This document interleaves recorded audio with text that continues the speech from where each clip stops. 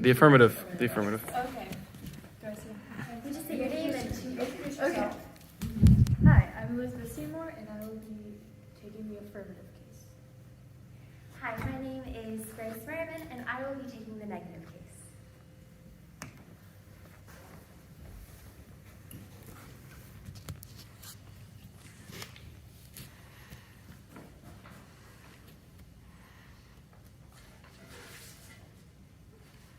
Are the judges ready?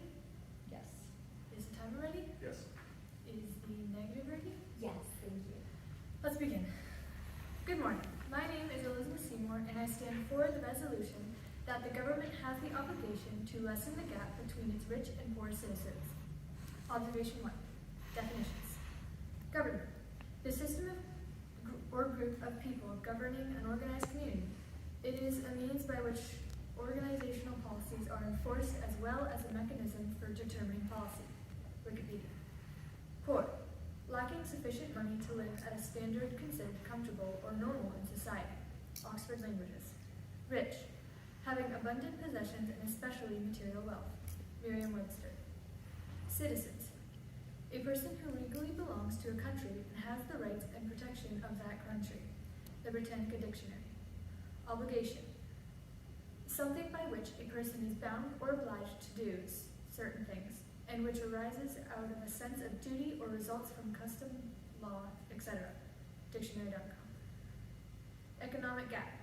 Referring to the unequal distribution of income and opportunity between different groups of society. Is a world of labor.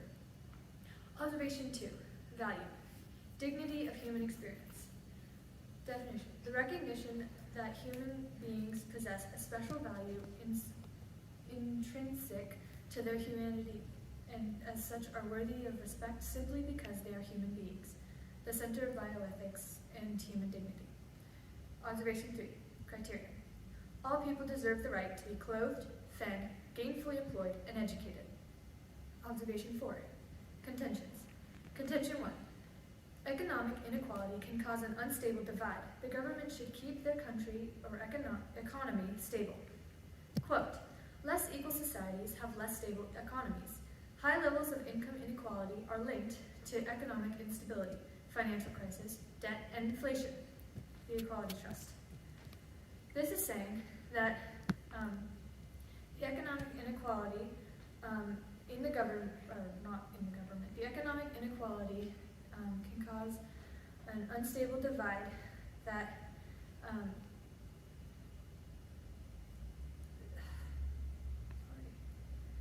so in less equal societies there is an economic inequality, and this inequality can cause a very unstable divide in which the rich and the poor, or any really gap, can be separated, and the government should have the obligation to have their economy and country be stable.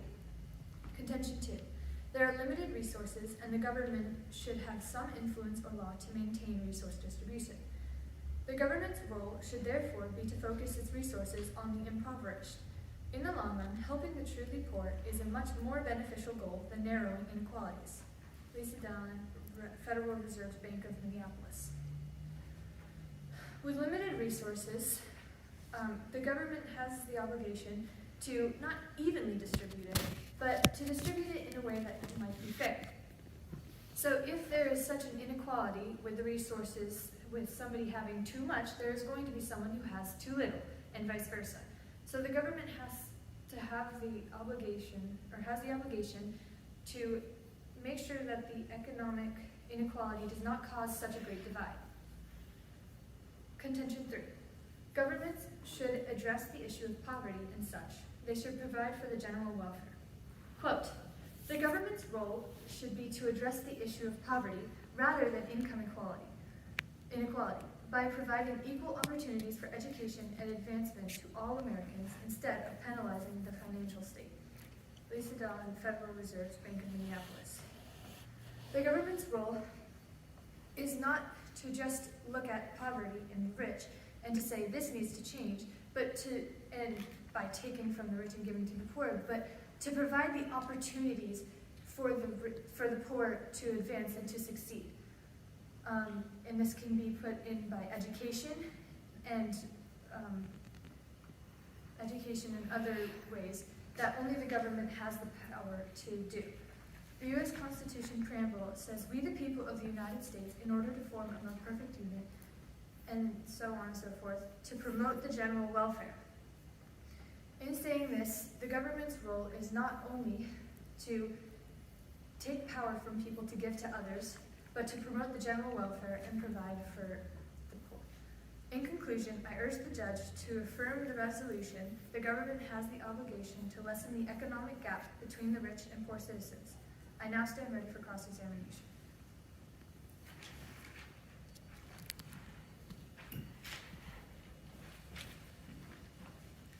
Is the timer ready? Are the judges ready? Could you please repeat your first value? Dignity of human experience. Could you please repeat your criteria? All people deserve the right to be clothed, fed, gainfully employed, and educated. Could you please repeat your contention too? There are limited resources, and the government should have some influence or law to maintain resource distribution. Are you saying that we should address the issue of poverty rather than lessening the gap between poor and rich in the country? No, I don't think so. Thank you. I'm finished with cross-examination. I request prep time please close at 30-second intervals.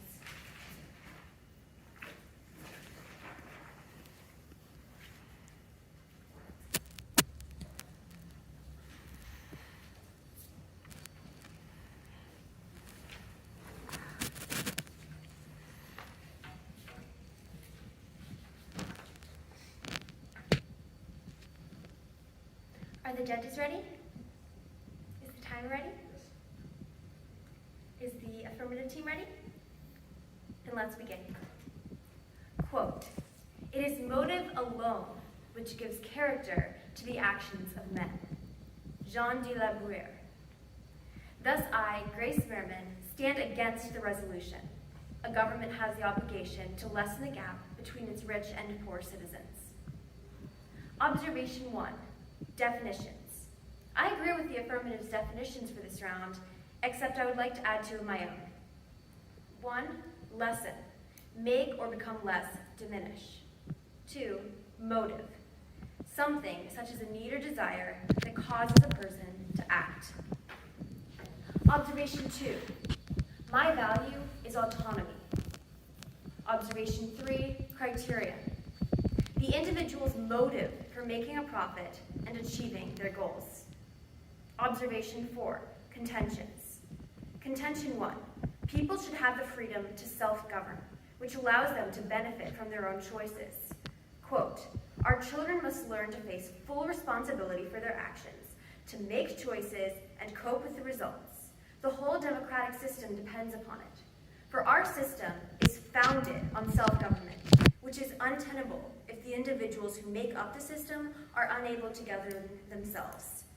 Eleanor Roosevelt.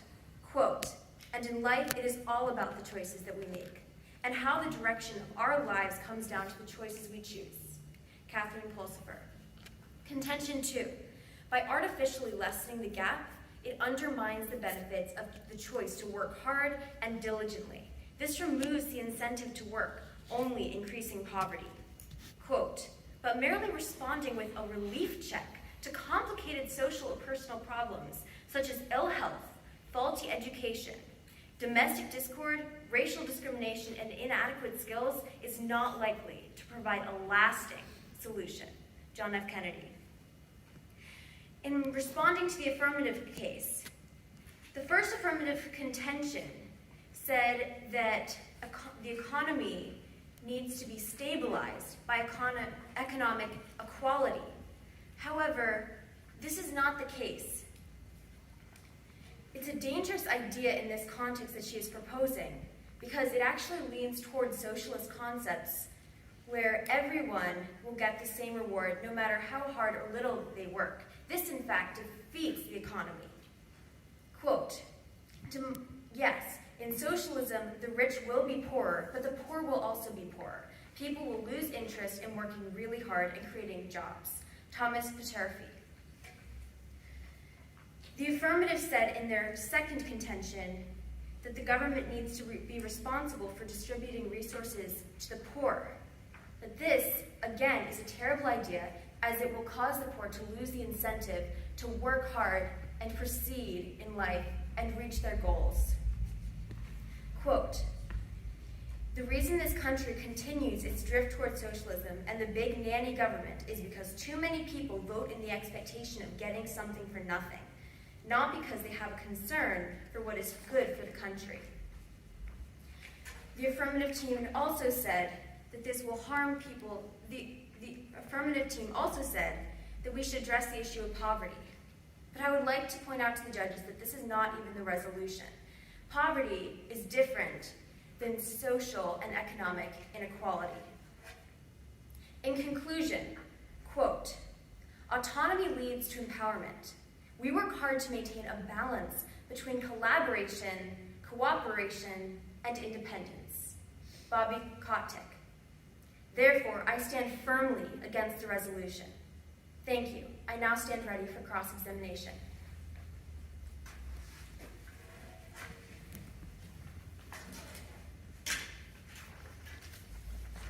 Are the judges ready? Yes. Is time ready? Are you ready? Yes. Let's begin. So, what was your third contention? I did not have one. Okay.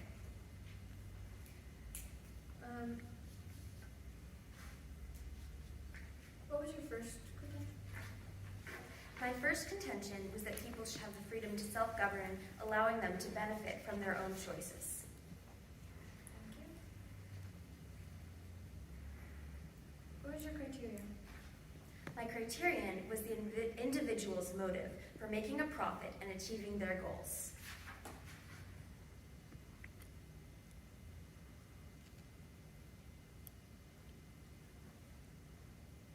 Thank you. Thanks.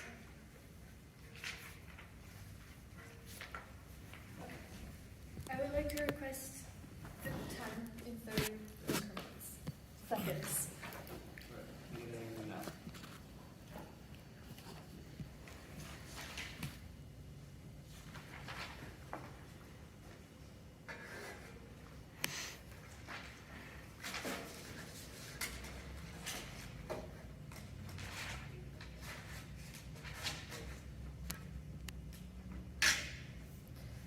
The judges ready? Yes. Is the timer ready? Yes. How much time do I have? 4 minutes for this one. Is the negative ready? Yes. Let's begin. Good morning. I will now be addressing the affirmatives the negatives constructive.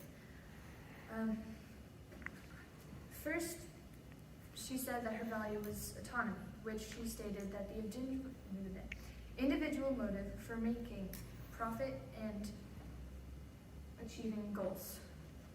Then she mentioned her criterion where people should have freedom to self-govern and benefit from choices. I agree that people should benefit from their choices. However, if they were just to self-govern, then why have a government at all? Why have something that can make laws and not to control people, but simply, I think that it is best for people, yes, to have choices, but also to have a government as well. Because then they can have because the role of the government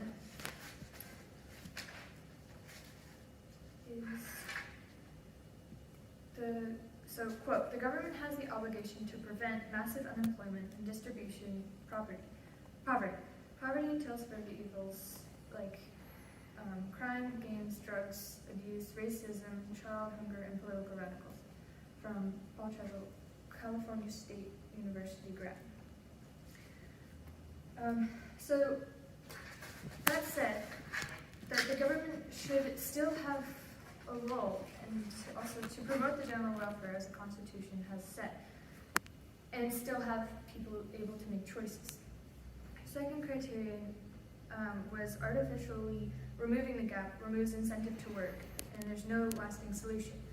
However, I would like to say that the poor, people in poverty and people that are poor and people on the side of the spectrum that don't have enough money or not, never mind, a low income, they do work hard. And if they were to be given things, some people would find that as an opportunity to succeed.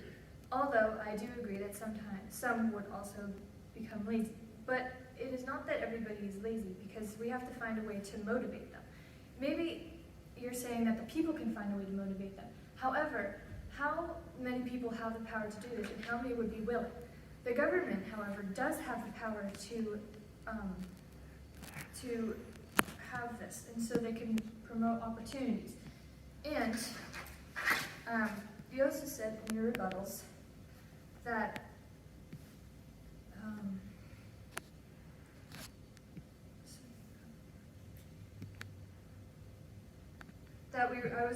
I was mentioning poverty and not the economic gap. However, I do not remember doing this.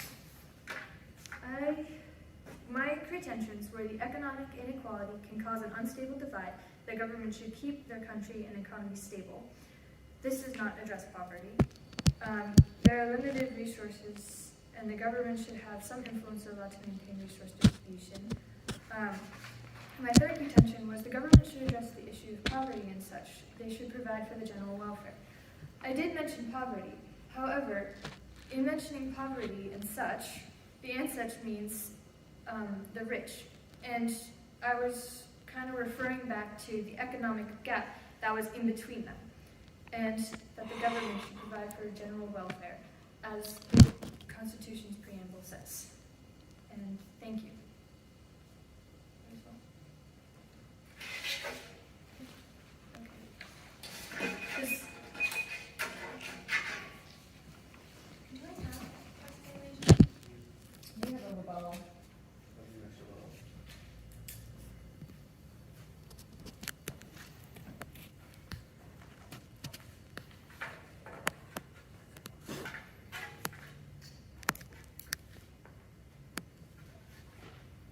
Are the judges ready? Yes, I have a quick critical question. Did I just miss it? Did we do the AX? Did she do the AX? Yes. She did? And also the AR? She did. Mm-hmm. Why am I missing that in my notes? Okay. All right, sorry. Yes. So it's like cross-examining. Cross-examination. Her. Cross-examination. Okay, all right, I just want to make sure. Okay, all right. Sorry. I didn't take the notes. Okay, go ahead. Are the judges ready? Yes. Is the timer ready? Yes. The affirmative team? Yep. Then let's begin. The affirmative team has mentioned and brought up that if there is supposed to be self-governance in this country, completely revolving around self-governance, why should the government exist at all? She then claimed that the main purpose of government was to help the poor and the citizens in desperate need. However, the fundamental purpose of government is what we disagree upon. I believe that the fundamental purpose of government is not necessarily to give the poor or the impoverished or the needy the answers and the results, but to help grow them and help them to collaborate as a whole in order to better benefit their own lives, their economy, and to reach their own goals. This is not going to be achieved by lessening the gap artificially. The affirmative also brought up that I was mentioning poverty and how it was not part, that I had mentioned that you had not mentioned that it was part of the economic gap. And then she said that she was actually meaning that when she said that she wanted the government to lessen the economic gap to take down poverty in the nation, she actually meant the resolution, that we should be lessening the economic gap. However, this was not what she was referring to. She said plainly and clearly in her contention that the government's responsibility was to lessen poverty in the nation. In returning to my case, the value of autonomy is essential. People must have the freedom to self-govern, by which they must benefit or reap the consequences of their own choices. By taking this right away and lessening the economic gap through an artificial means, the incentive to work hard and diligently is completely removed, thus only increasing the levels of poverty and harming even larger numbers of people. Quote, "In every single thing you do, you are choosing a direction. Your life is the product of choices."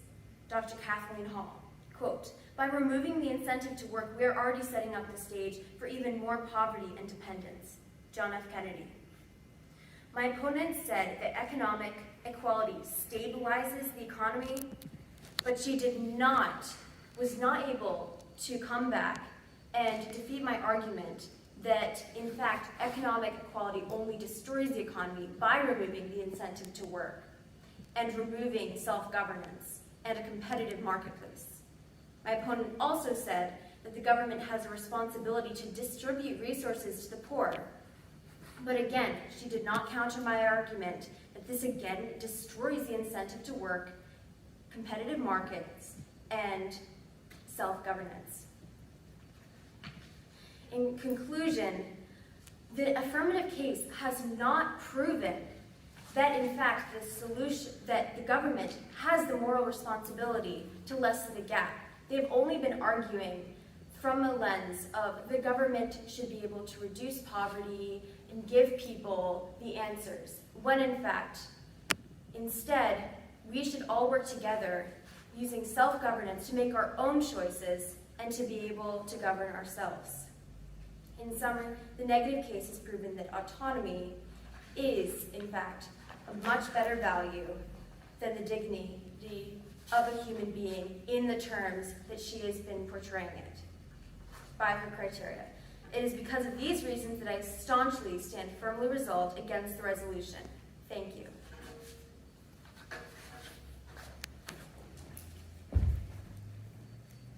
You have 3 minutes. 3 minutes for the speech. Oh, okay. Are the judges ready? Is the timer ready? Is the negative ready? Yes. Let's begin. In your first rebuttal, you said that if there's self-governing completely resolved, it will not help the poor. Or something. Never mind. Ignore that. You have been bringing up cases on lessening poverty artificially. However, that is not what I've been saying. I don't say to artificially lessen this poverty line. I would ask, however, it would not be to go along with this debate topic, how you would unartificially lessen poverty. But that doesn't matter. I am saying that if the government provides opportunity, that doesn't artificially lessen any poverty. It does not take any power from rich and give to the poor. It does not artificially do anything. What it is doing is it's providing more opportunities for the poor to rise. You also mentioned how I did not fight or rebuttal. You're saying economic equality destroys the economy. Quite honestly, I did not write that down and I forgot. But I will rebuttal it now, saying that your economic equality destroys the economy because it is competitive market and it's self-governance, and there's something else that I didn't quite get. That's okay. I agree, however, if there's so much economic inequality, it does not destroy the economy, or it does not do any better for the economy if it were completely equal. I don't think that an economic equality is the solution, but I do think that lessening the gap, specifically, not the economic equality, is the best option because it helps to promote the economy. Going back to the